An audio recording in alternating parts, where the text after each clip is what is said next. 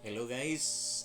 I hope everyone is all right, no? So we still have lots of topic to share, no? And this time we have an application of the derivatives of function. So we will be talking on critical points.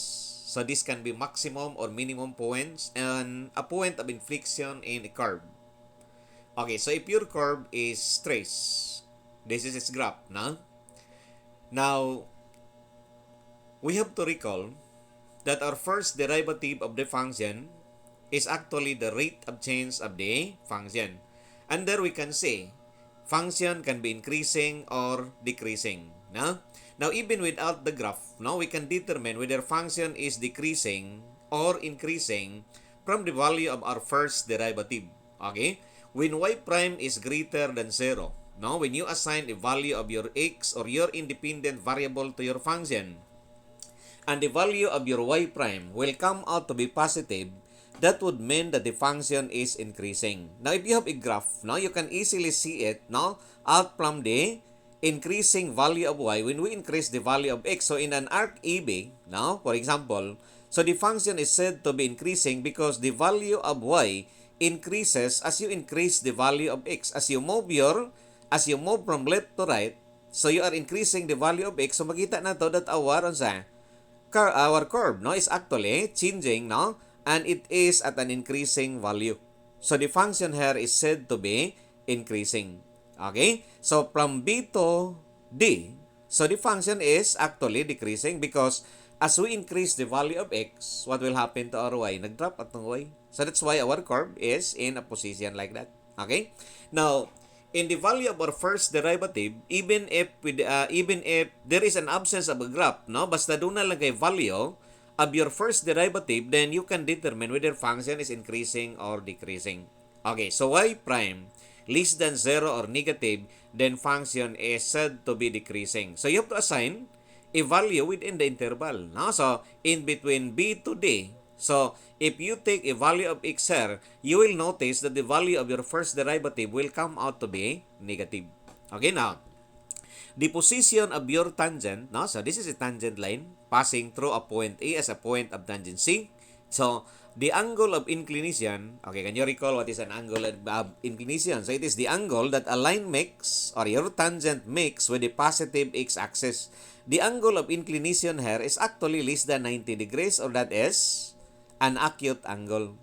Now, for the slope of the line, the slope of which is equal to the tangent of the angle of inclination. Now, if the angle of inclination is acute, the tangent of which is always positive. No? So, kung ang imo ko ng angle of inclination of a line is acute, then you take a tangent of that because the tangent of the angle of inclination would actually be the slope, and the slope is the value of your first derivative, so mugawas gina siya nga positive imong result. Okay, so the value of x increases from A to B. But how about at B? The position of your tangent is no longer having an acute angle as its inclination. So sa inclination ni mo dire, when your line is exactly horizontal, it means that your y prime is equal to 0. So the slope of horizontal line is equal to 0. So the function at B is not increasing nor decreasing. So sa B, okay, so we have this. Critical points, these are stationary points in the curve where the function is not actually changing. So it's not increasing nor decreasing. So a curve where function has y prime equal to 0, which can be a maximum. So siya, this is a maximum and your D is the minimum point. So what are the characteristics of a maximum and a minimum point? Now, referring to the figure, my first derivative test to determine using a first derivative of the function to test whether there is a maximum or a minimum point. Okay, so atong ilhanan whether it's maximum or minimum point is the y prime are both equal to 0. But as to the position of your curve, ang imong curve dire is actually nagconcave siya in a downward manner. And it is changing from increasing to decreasing. So if the function changes from increasing to decreasing, then B is actually a maximum point, provided that the y prime of that point is equal to 0. Now, try to observe with your minimum point. Okay, now in a test, by the way, Kung mag-test kag point B as a maximum point, first that you have to note that the first derivative value when my x value at b is a small b, no? If you substitute that to your first derivative, mugawas siya nga 0. Now, if you take a value within the neighborhood of b, so we say x is less than b. Okay, so if you take a value left of b, then the y prime must be greater than 0 because it is increasing. So if it changes from positive to negative or increasing function to decreasing function, then b is a maximum point. So it can be sent out from the value of your first derivative. No? So mo ning atong gitawag og first derivative test for a maximum point. Now, take the consideration when we consider d being our minimum point because at d, your y prime is also equal to 0. Okay na yun. At point D, D is a minimum point because the first derivative value when x is equal to d, small d, now meaning it's the value of x at a point D, the first derivative is equal to 0. And if we consider left of d, less than d, no? Then the y prime is negative because what's the position of your tangent? The tangent is from left going right in a downward position. No? Now, what is the angle of inclination of a line, no?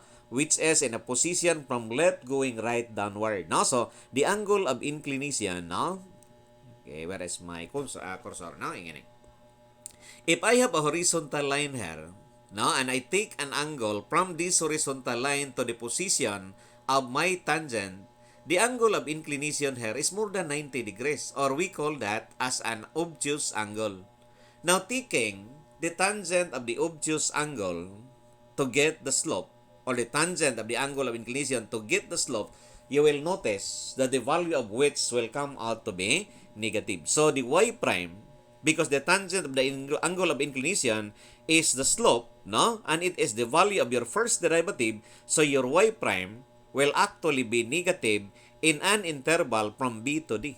No? So, the ring interval, ang imong mga value sa first derivative will come out to be negative because the function there is said to be decreasing. So, even if without a graph, no, magkuha lang kag derivative, just take the derivative of the function and take a value of x within, no, that interval, mugawas gyud siya nga negative, then that means it is a decreasing function. Even without a graph, sumailhan nimo from the value of our first derivative. That is why atong gitawag og first derivative test, no, to determine whether function is increasing or decreasing. And if we notice that it changes from increasing to decreasing, passing through a y prime equal to 0, then we can see that b is a maximum point. And at d, if that changes from decreasing, then passing through a point where y prime is 0, then it increases, then it means that your d is a minimum point.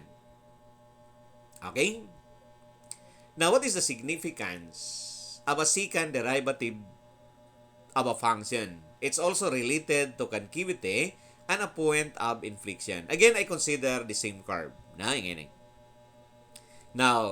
with your secant derivative, no? So, we are actually differentiating a y prime to obtain the d squared y dx squared. So, if a derivative is a rate of change, no? So, the function being differentiated here is not y, but it y prime. So, y prime is a slope. That means, nga atong gikuhaan og rate of change is the rate of change of the slope. So, the slope may also be increasing or the slope may also be decreasing. Now, at this interval, is the slope increasing, decreasing? The position of your tangent is like that, correct? Okay, barog nya paglampas nimo, barog pero sa medyo natumba og gamay. Pag-abot dire, ni babag. So is it increasing, decreasing? Okay, masaylo pa gid ta. If we go beyond, barog siya primero. Unya, it becomes horizontal and later ni dungo. So, sa man, increasing, decreasing. Primero, gabarog ka, gabarog ka, gapabarog ka, no? So, gabarog ang imong line, then it becomes horizontal, then it goes down. So, meaning, the rate of change of the slope is negative. So, y double prime must be less than 0 as a dapit from A to where? To C. Now, if the y double prime is negative, it means that the concavity is going downward. Like that. So, mo downward yung concavity. Now, how about if you go beyond C? This is your tangent. Okay, so you continue. Then there is a change in the position of your tangent. From left going right downward, nag-usab-usab ang inclination until it reaches a position which is horizontal. So if this is containing a negative slope, this becomes zero. So man nag-increase from negative to zero, it increases. No? So from zero to positive, it means that from C to E. So ang imo karong sa y double prime is greater than zero, and in relation to concavity of the function, then the concavity of which is actually upward. Now, another indication or indicator that a curve is concaving downward or upward is the position of your tangent with respect to your curve. No? If the curve concaves downward, like arc ABC, so it concaves downward, the position of your tangent, the tangent can be constructed above the curve. Makita nimo bisag asa nimo ibutang diha, ang imong tangent is always above the curve, no? Above the curve. So whenever the position of your tangent is already below the curve, no? So, moadto na siya below the curve, it means ang atong concavity is already upward. Now, there's a point here, no? Wherein the concavity will change, and that point is what is termed as a point of inflection. Now, what is the characteristic of a point of inflection? If in the first derivative mo zero, na diha imong maximum point or minimum point. But, unsa may mo zero, ini kay dire, niingon man ta nga less than zero. Nya, mo abot ka greater than zero, meaning, it will pass through a point where the y double prime is zero. When the y double prime is zero, then usually it is here where there is a point of inflection.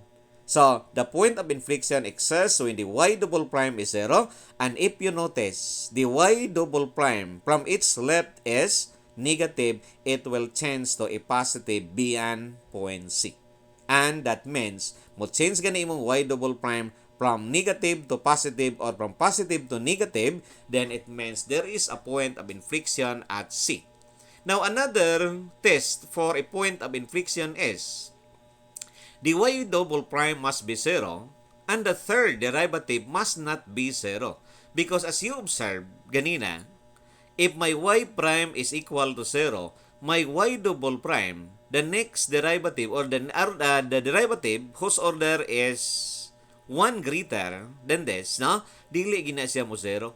No? So, it could be negative, it could be positive, kana ko na kay unsa doon na tayo maximum or minimum point. Pero sa atong point of inflection, wa man na maximum, minimum. So, ang imong tanawon is the concavity man, no? Or the rate of change of the slope. So, ang imo lang tanawon, you have to observe that dapat ang imong second derivative value from negative mo positive or positive to negative for us to conclude that there is a point of inflection on that location. Okay?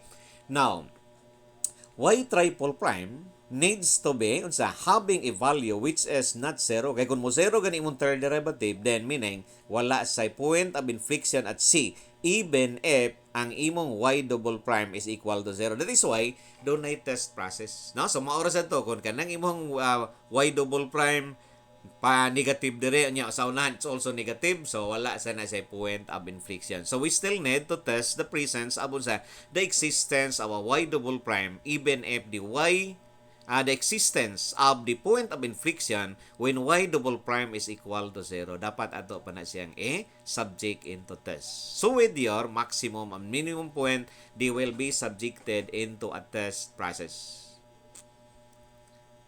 Okay? So arc ABC, the slope is decreasing. Mada kong gingon ganina. So when the slope is decreasing, so from positive nag-zero to negative, so simply decreasing. The y double prime is negative, no? And the curve concaves downward. And at an arc C, D to E, no?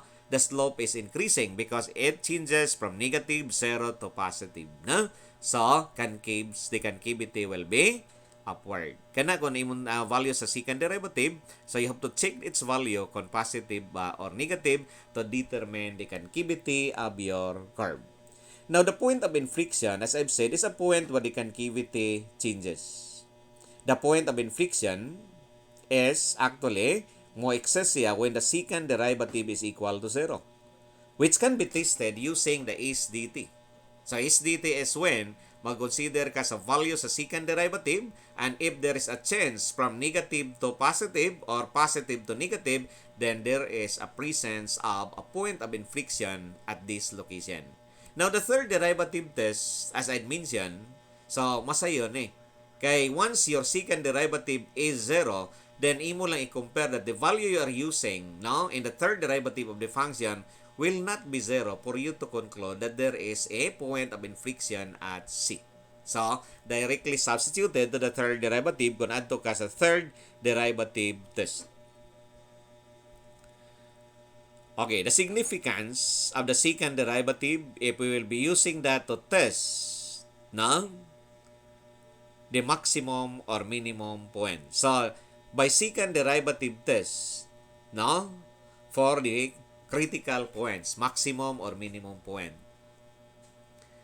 If B is a maximum point, just try to observe this. So, dapat the first derivative at B must be 0 and the second derivative at B must be less than 0. Because if the second derivative is negative, it means that the concavity is downward. So, simpre kung downward imong concavity, so this will be at the highest point.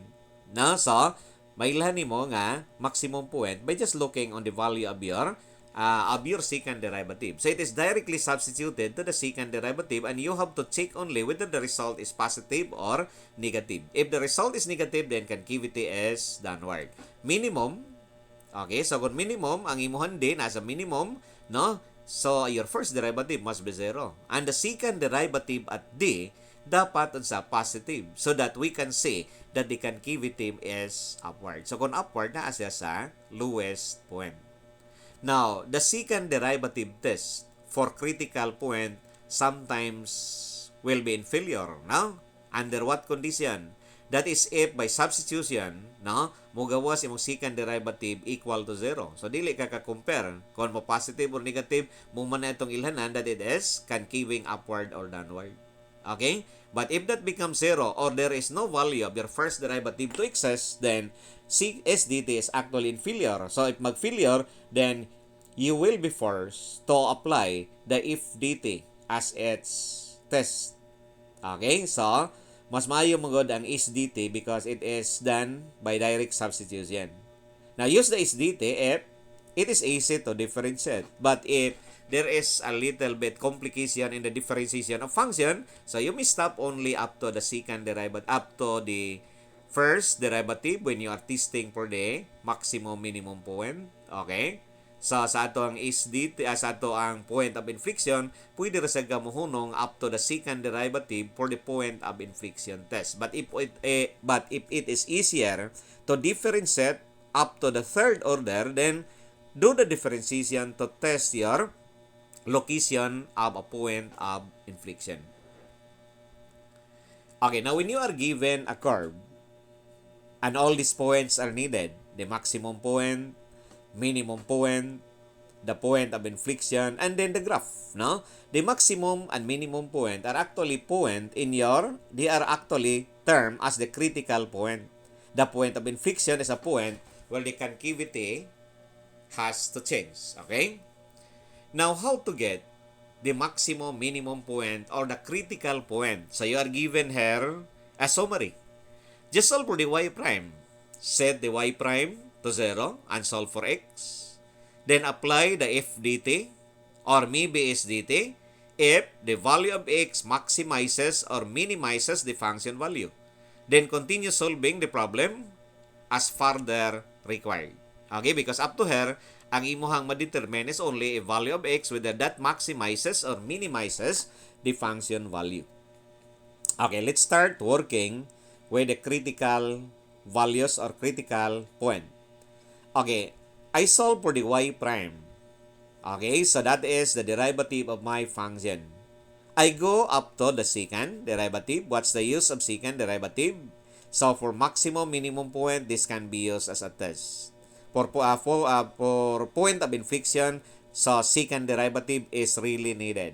Then, sa yun, Roman differentiate, so nipadayon ko kung sa third derivative. and my third derivative is equal to 6. What is the use of the third derivative? The third derivative is intended for checking the presence of the existence of a point of inflection. Now, sa yun pa i-differentiate even up to the fourth derivative, but the fourth derivative is no longer needed to solve for this required. Okay? Now, I have to start with the maximum and minimum point. Y prime equated to 0. I form a polynomial equation. The value of x here can be solved. If you are using a calculator, then add to as equation in second degree, you will be given values of x. Okay, so algebraically, I can maybe apply factoring. Okay, and I have 3 being removed. When there's a common factor which is a constant, you may divide your equation by 3 to simplify. Okay, dire ako lang i-apply ang factoring.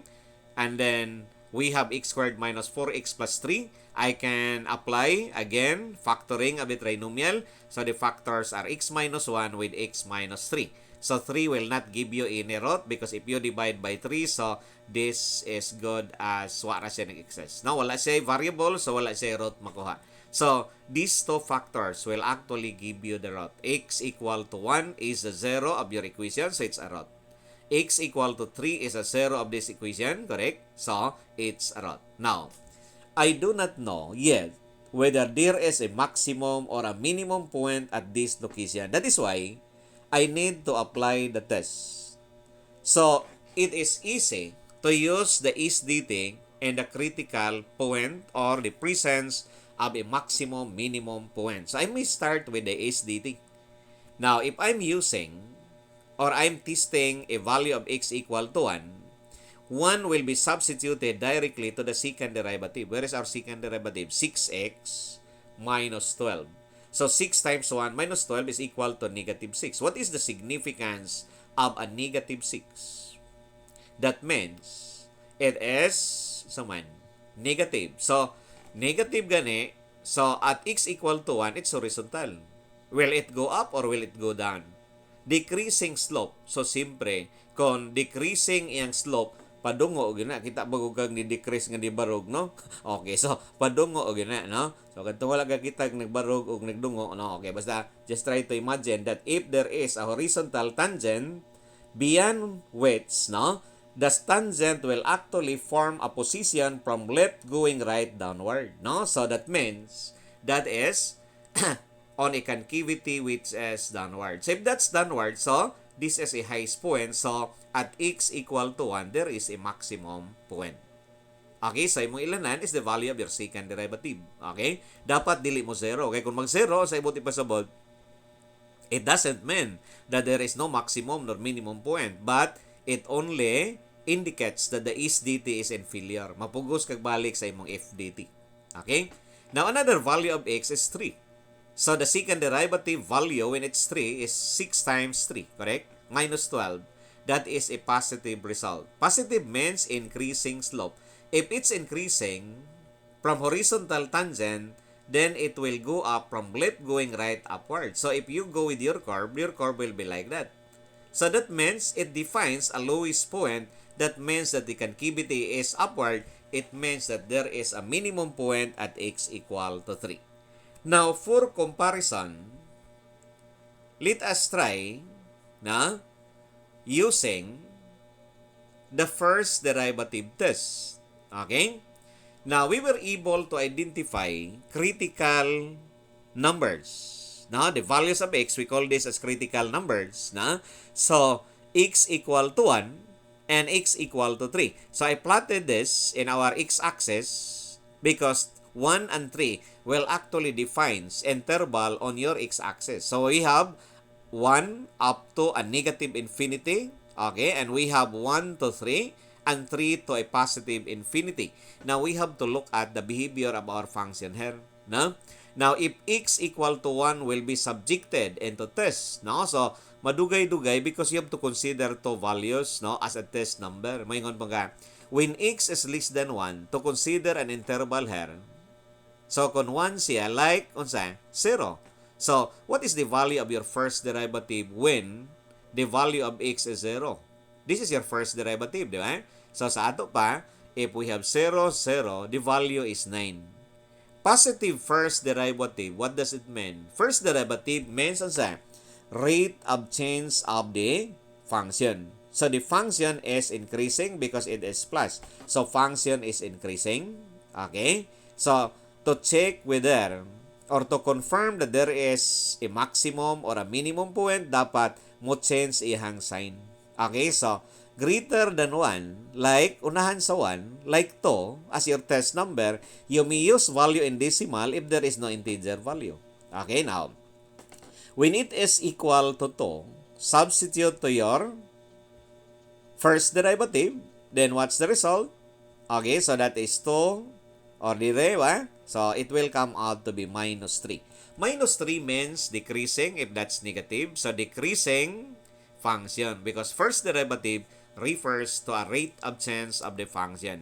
So if it changes from increasing, horizontal, then down, it means that defines a maximum point where at x equal to 1. Now, what are these points? These points can be exactly defined if there is a maximum or minimum function value, or that means if there is a value, corresponding value of y to a value of x. Okay.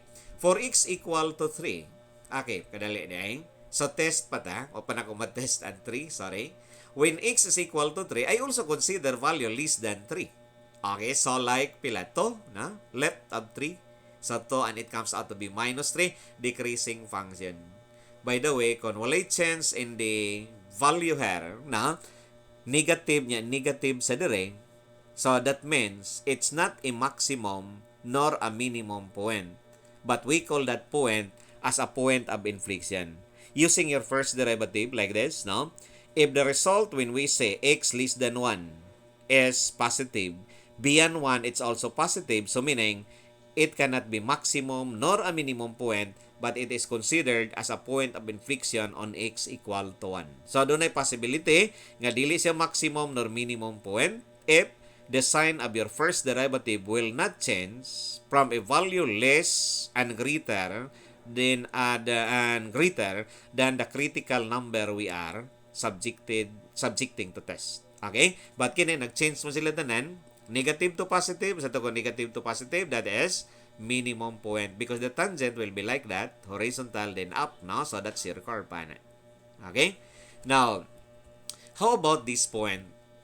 So, for the maximum point located where? Naa sa 1. Then, solve for the maximum function value. Function value is a value of y. So, you can substitute to your function. Ano sa ito ang function? X cubed minus 6x squared plus 9x. So, when 1 is substituted, we obtain a value 4. So, the maximum point is at where? So, point, maximum point with coordinates of 1 and 4. Abscissa and ordinates. The abscissa is the value of x. So, kini is the maximum function value. Sometimes, you might be asked to give only a maximum function value. Depende o sa ipangayo sa problem. Now, letter B. Minimum point is located at x equal to 3. And again, you substitute that to the function. F means function, and it comes out to be 0. So, we have a minimum point at 3, 0. Okay? Now, how about the point of inflection? So, sometimes, in the first derivative, we can encounter a point of inflection. Okay? But, the point of inflection can really be identified from the value of your second derivative. You set the y double prime to 0. So, because at a point of inflection, it is here where the concavity is changing. So, when y prime is equal to 0, meaning the function is not concaving downward nor upward. Okay? Now, let your y double prime be 0 and you solve for x. Apply the test, which could be SDT or a third derivative test. Now, apply the test. Okay? So, for the values of x. Okay, kuwang na siya. Apply the test, no? For the value of x. Okay, ganun. Apply the SDT. Wala na nilabot, ha? Whatever value of x you obtain here, that will be subjected into test. Y double prime. What is our y double prime? So, y double prime is 6x minus 12. Set that to 0. You solve for x. X is equal to 2. Now, it's easy to consider the third derivative if you already have the third derivative. Okay? Our third derivative, ganina. Okay? Second mo sa itong yun na day, no? Okay, limot ko sa ko ang presentation. Okay, I may have the second derivative test, but for me, the third derivative is the one which is simpler. Okay? Now, second derivative. Kung agit lisod-lisod para ka-present taon sa yun, no? Okay. X less than 2. What is the value less than 2? Any value less than 2. I'm using 1.5. 1.5 substituted to x, so 6 times x. Minus 12, so the value is minus 3. So, minus 3 means concavity is, upward, downward. That is downward. Okay? Now, if we take a value beyond 2, x greater than 2, like 2.5 as my test number, I also substitute that to my second derivative. No? So, 6 times 2.5 minus 12, that's 3. That's positive. So, meaning, it is upward. No? Kay positive man. No? So, sa ato pa, the concavity changes, okay, from downward to upward, meaning, it passed through a point where the concavity changes at x equal to 2. So, meaning, doon na kay point of inflection at x equal to 2. Now, what is the difference if I'll be using the third derivative of my function? Okay, ngayon.